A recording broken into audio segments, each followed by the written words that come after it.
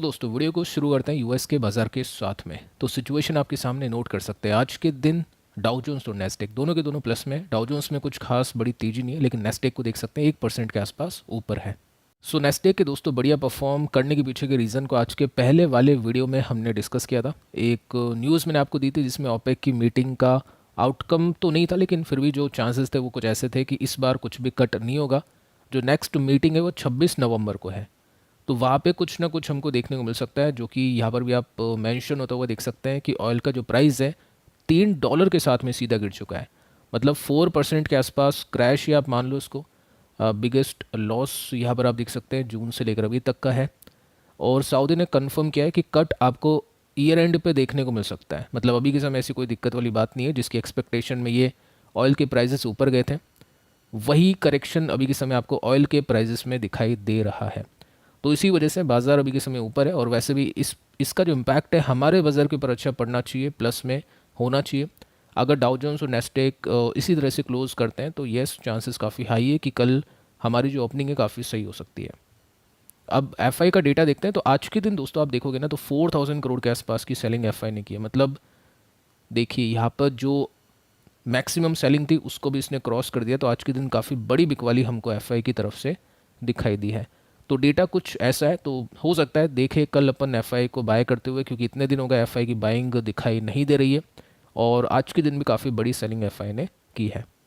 अब निफ्टी को डिस्कस करते हैं, टेक्निकल्स के साथ में बात करते हैं। तो 19,446 के आसपास की क्लोजिंग वैसे ये आपको बता रहा है यहाँ पे, लेकिन ये जब नीचे आया था निफ्टी तो तकरीबन आप मान के चल सकते हैं कि 350 तक निफ्टी गिर गया था। अब जैसे पिछली बार हमने डिस्कस किया था पैटर्न को कि यहाँ पे 19,500 का सपोर्ट है, 19,750 का रेसिस्टेंस है, ये रेंज है। तो यहाँ पे क्या होना चाहिए, काफ़ी लोगों ने एक्सपेक्ट किया कि ब्रेकआउट आना चाहिए, काफ़ी लोगों ने एक्सपेक्ट किया कि ब्रेकडाउन आना चाहिए, जो कि मैंने भी एक्सपेक्ट किया था। तो वैसा ही आज के दिन हमको दिखाई दिया। अब 250 तो नहीं, लेकिन 350 के आसपास आ गया। अगर आज के दिन ऑयल के प्राइसेस नीचे नहीं जाते हैं तो कल के दिन 250 हमको दिखाई दे सकते थे। बट कल के दिन मुझे लग रहा है कि प्लस में कुछ सिचुएशन हो सकती है। देखते हैं कि नेस्डेक किस तरह की क्लोजिंग देता है। अब दोस्तों डिस्कस करते हैं कुछ एफएमसीजी कंपनीज़ के बारे में। इंटरेस्टिंग वीडियो, इसको थोड़ा सा समझ के देखना, काफ़ी आइडिया आपको मिलेगा कि कंपनीज़ को किस तरह से फ़िल्टर किया जाता है, अच्छी कंपनीज़ को किस तरह से छांटा जाता है। अब एफएमसीजी कंपनीज़ को देखने वाले, इससे पहले हमने एनबीएफसी का कंपैरिजन किया था प्रॉफिट की ग्रोथ के हिसाब से।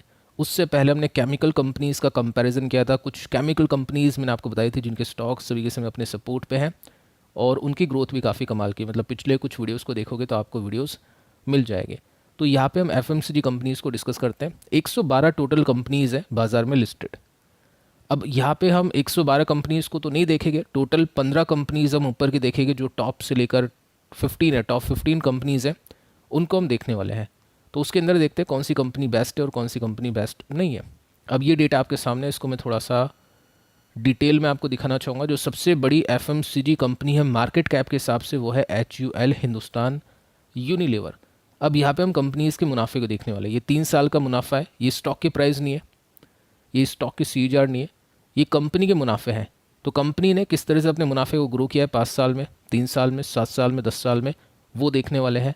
यहाँ पे हम ये देखेंगे कि कौन सी ऐसी कंपनी है जो कि हर टाइम फ्रेम के अंदर डबल डिजिट के साथ में जिसने ग्रोथ दी है, और एक कंपनी हम ऐसे निकालेंगे जिसने सबसे ज़्यादा ग्रोथ दी है।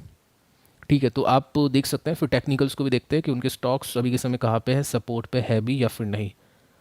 तो डिस्कस करते हैं पहली कंपनी को जिसका नाम है HUL।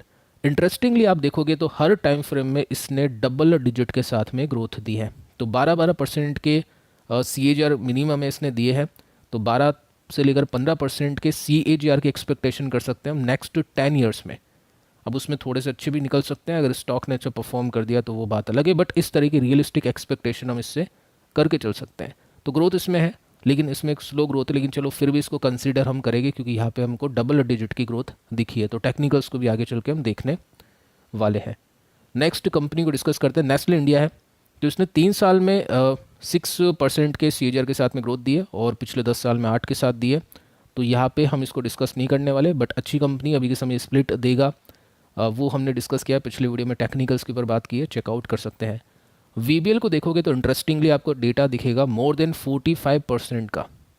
मतलब 3 साल के प्रॉफिट की ग्रोथ है 48% की, इसके बात करूँ अगर मैं 5 साल की तो 49%, 7 ईयर्स की 47%, और इसमें आप देख सकते हैं 10 साल की 51% के सीजीआर के साथ में जो कंपनी है उसके मुनाफे बढ़े। तो बहुत ही इंप्रेसिव डेटा आपको इसमें देखने को मिलेगा।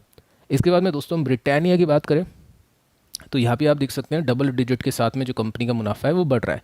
तो चलो इसको भी कंसीडर करके चल सकते हैं। एक एचयूएल हो गया, एक वीबीएल हो गया, एक ब्रिटानिया हो गया। गोदरेज कंज्यूमर को हम डिस्कस नहीं करते, उसके पीछे एक रीज़न है ये लोअर सिंगल डिजिट की ग्रोथ, तो इसको फिर छोड़ देते हैं। डाबर को भी दोस्तों ज़्यादा डिस्कस नहीं करते हैं, तो इसके अंदर भी सिंपल रीज़न है सिंगल डिजिट की प्रॉफिट की ग्रोथ। मैरिको की बात करें तो इंटरेस्टिंग कंपनी, प्रॉफिट गिरे है लेकिन सेल्स बढ़ी है, तो प्रॉफिट भी बढ़ेगा जिस तरह की कमेंट्री हमको सुनने को मिली है। बट यहाँ पे सिंगल डिजिट में डेटा है तो इसको हम देखने नहीं वाले टेक्निकल्स के हिसाब से। पीजीएचएच बहुत बढ़िया कंपनी, ऑल टाइम हाई पर अभी के समय है, इसको भी काफ़ी डिस्कस किया था हमने अब काफ़ी पहले। इसमें यहाँ पे सिंगल डिजिट आ गया 7 ईयर्स के सीएजीआर में प्रॉफिट के, तो इसको भी डिस्कस नहीं करेंगे। आगे चल के देखें कोलगेट को, तो इसके अंदर भी लोअर या फिर हम बोल सकते हैं सिंगल डिजिट के साथ में ग्रोथ है। तो इन कंपनीज़ में क्या है, जैसे कोलगेट के अंदर क्या है, आपको बहुत स्लो रिटर्न्स मिलेंगे लेकिन आपको डिविडेंड मिलेगा, तो जिसके पास में अच्छी अमाउंट होती है वो इसमें ध्यान दे सकते हैं। अब यहाँ पे एक और इंटरेस्टिंग कंपनी आपके सामने है जिसको आप वॉच लिस्ट में रख लेना, हैट्सन एग्रो। तो इसमें आप देखोगे तो हर टाइम फ्रेम के अंदर इसने प्रॉफिट की डबल डिजिट के साथ में ग्रोथ दी है, तो इसको भी हम आगे चल के डिस्कस करने वाले टेक्निकली। इमामी को देखें तो इमामी के अंदर यहाँ पे अच्छी ग्रोथ नहीं है, तो ठीक है इसको एक बार हम छोड़ सकते हैं। जिलेट की बात करें तो उसके अंदर भी यहाँ पे आपको 2 बार सिंगल डिजिट की ग्रोथ देखने को मिलेगी। मैं ऐसे नहीं करूँ कि कंपनी ख़राब है दोस्तों, सब में ग्रोथ है, तो स्टॉक तो सभी बढ़ेगा। मैं बात कर रहा हूँ कौन से स्टॉक फास्ट बढ़ेगा, किस स्टॉक में अच्छी ग्रोथ है, किस स्टॉक में अच्छे रिटर्न्स मिलने की एक्सपेक्टेशन है। क्योंकि एफएमसीजी में दोस्तों आप देखोगे ना तो वैल्यूएशन सभी कंपनी की महंगी है, तो जब हमको महंगी कंपनी खरीदनी है तो क्यों ना उसमें से फिर वैसी कंपनी को ही खरीदे जिसमें ग्रोथ अच्छी हो। तो जस्ट एक वो मेरा पॉइंट है, ऐसा नहीं कर रहा हूँ कि कंपनीज ख़राब है, जस्ट मैं ग्रोथ के हिसाब से यहाँ पे बात कर रहा हूँ। ज्योति लैब्स को भी आप देख सकते हैं एक बार यहाँ पे सिंगल डिजिट की ग्रोथ, तो इसको भी हम डिस्कस नहीं करेंगे टेक्निकली। बिकाजी फूड के अंदर आप देख सकते हैं डबल डिजिट की ग्रोथ है, तो उसको भी एक बार हम चेकआउट करते हैं। जायडस में आप डबल डिजिट की ग्रोथ देख सकते हैं लेकिन इसमें पता नहीं रिटर्न्स नहीं बनते हैं, मतलब 10 साल की सीजर आप देखोगे 8% के 10% के, तो फिर वो वाली बात नहीं है, तो इसको हम उस हिसाब से डिस्कस नहीं करेंगे। सो देश की दोस्तों टॉप 15 एफएमसीजी कंपनीज़ में हमने कुछ कंपनीज़ को आइडेंटिफाई किया जिनकी प्रॉफिट की ग्रोथ काफ़ी बढ़िया। अब उनके टेक्निकल्स को देखते हैं। जैसे कि सबसे स्टार्टिंग में जो कंपनी हमने डिस्कस करी थी एचयूएल, जिसका आप देख सकते हैं स्टॉक अभी के समय अपने सपोर्ट के आसपास है। 2450 के आसपास का सपोर्ट है, 2750 का रेसिस्टेंस है। पहले भी इसको हमने डिस्कस किया था अभी कुछ दिनों पहले, आज भी शायद पहले दूसरे वीडियो में इसके ऊपर हमने बात की है, तो उसको देख सकते हैं। सेकंड कंपनी की बात करते हैं जो कि है वीबीएल। अब वीबीएल को लेकर काफ़ी सारे क्वेश्चंस आ रहे थे, टेक्निकल्स को डिस्कस करिए। मुझे लग रहा है काफ़ी लोग इसमें इंटरेस्टेड है क्योंकि इसने बहुत बढ़िया रिटर्न्स दिए, वैल्यूएशन भी इतनी कुछ खास नहीं है, 60 के आसपास का इसका पी है, तो यहाँ से करेक्शन की उम्मीद तो नहीं कर सकते, लेकिन स्टॉक यहाँ से और चलेगा नहीं चलेगा तो उसके लिए नंबर्स को देखना पड़ेगा। अब इसमें देखिए दोस्तों यहाँ पे क्या है, डेली चार्ट है, तो डेली चार्ट के पैटर्न में आपको दिखेगा शॉर्ट टर्म का व्यू। अगर आप वीकली चार्ट का पैटर्न देखोगे, मंथली चार्ट का पैटर्न देखोगे, तो आपको बिल्कुल एक स्ट्रेट लाइन दिखेगी कैंडलस्टिक फॉर्म में, यानी बहुत बहुत अच्छे रिटर्न्स उसने दिए, काफ़ी स्ट्रेच हो चुका है, काफ़ी चल चुका है, लेकिन चलो फिर भी वैल्यूएशन इतनी नहीं है, तो यहाँ से बड़े करेक्शन की एक्सपेक्टेशन तो नहीं कर सकते, लेकिन मार्जिन ऑफ सेफ्टी नहीं है। अगर मुझे बड़ा पैसा लगाना होता है इसमें तो मैं नहीं लगाता, ये मैं ऑनेस्टली बोल रहा हूँ, क्योंकि मुझे चाहिए होता है करेक्शन, वो इसमें अभी के समय नहीं है। 20-20% के आते हैं बीच बीच में, वो जब मिलता है तब मैं देख सकता हूँ, बट अभी नहीं। लेकिन चलो फिर भी किसी को देखना है, डेली चार्ट के हिसाब से आप देखोगे तो स्टॉक अपने सपोर्ट के आसपास है, तो यहाँ से चांसेस है 1000 तक जा सकता है, तो उस हिसाब से देखना है तो देखा जा सकता है, बट कोई बहुत बड़ा डिस्काउंट इसमें अवेलेबल नहीं है। चलो एक और पॉइंट हम डिस्कस करते हैं जो कि हमने वहाँ पे डिस्कस किया था कि हम डबल डिजिट की ग्रोथ की कंपनीज देखेंगे और सबसे बेस्ट कंपनी देखेंगे, तो सबसे बेस्ट कंपनी यही है एफएमसीजी में, पूरे भारत में सबसे बेस्ट कंपनी ग्रोथ के हिसाब से ये है, इसके अलावा और कोई नहीं है। डेटा हमने देख लिया, तो वो भी पॉइंट इसमें आप मान सकते हैं। तो जो भी इन्वेस्टर इसमें इन्वेस्टेड है, लकी है वो, मेरे हिसाब से बेचना तो गलती होगी बहुत बड़ी, इसको चलने देना चाहिए। नेक्स्ट कंपनी दोस्तों डिस्कस करते हैं जिसका नाम है ब्रिटानिया। और ब्रिटानिया के अंदर आप देखोगे तो पैटर्न कुछ ऐसा है कि ये वीकली चार्ट के अंदर अपने सपोर्ट के आसपास है, तो इसको भी चाहे तो आप देख सकते हैं। बिस्किट बनाती है कंपनी, कुकीज़ के अंदर इनोवेशन क्या बोले, मतलब थोड़ा एक्सपेरिमेंट कर रही है कंपनी, तो उसके हिसाब से आप इसको देख सकते हैं, सपोर्ट के आसपास अवेलेबल है। अब इसके बाद में बात करते हैं नेक्स्ट कंपनी जो कि हमने आइडेंटिफाई की थी ग्रोथ के हिसाब से। कंपनी का नाम है Hatsun, Hatsun agro products.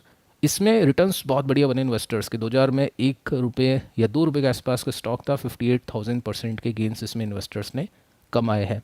Technicals की बात करें तो एक ब्रेकआउट इसमें आ चुका है, ब्रेकआउट के बाद में तेजी भी इसमें आ चुकी है। तो वैसे ज़्यादा कुछ मतलब बचा तो है, लेकिन फिर भी मार्जिन ऑफ सेफ्टी के हिसाब से थोड़े करेक्शंस इसमें आए। स्टॉक 1000 के आसपास मिलेगा तो देखा जा सकता है। इसको भी चाहे तो अपनी वॉच लिस्ट में रख सकते हैं। जिसके पास में है कमेंट कर सकते हैं कि आपके पास में है क्या, यस लिख देना अगर आपके पास में ये है तो। इसके बाद में दोस्तों नेक्स्ट कंपनी का नाम है बीकाजी फूड। इसको भी हमने देखा अभी के समय, इसमें भी ग्रोथ डबल डिजिट के साथ में है। आपको याद होगा इसमें लिस्टिंग पर हमने डिस्कस किया था, मुझको वैल्यूएशन पर इतनी कुछ खास बढ़िया नहीं लग रही थी कंपनी, तो ये स्टॉक यहाँ तक चला गया था। काफ़ी लोगों ने कमेंट किया कि ये तो मिस हो गया, फिर वापस दोस्तों यहाँ पे गया। मैंने कहा था कि अगर आपसे मिस हो गया तो अभी देख सकते हैं सपोर्ट के आसपास है, फिर उसके बाद में एक ब्रेकआउट आता है।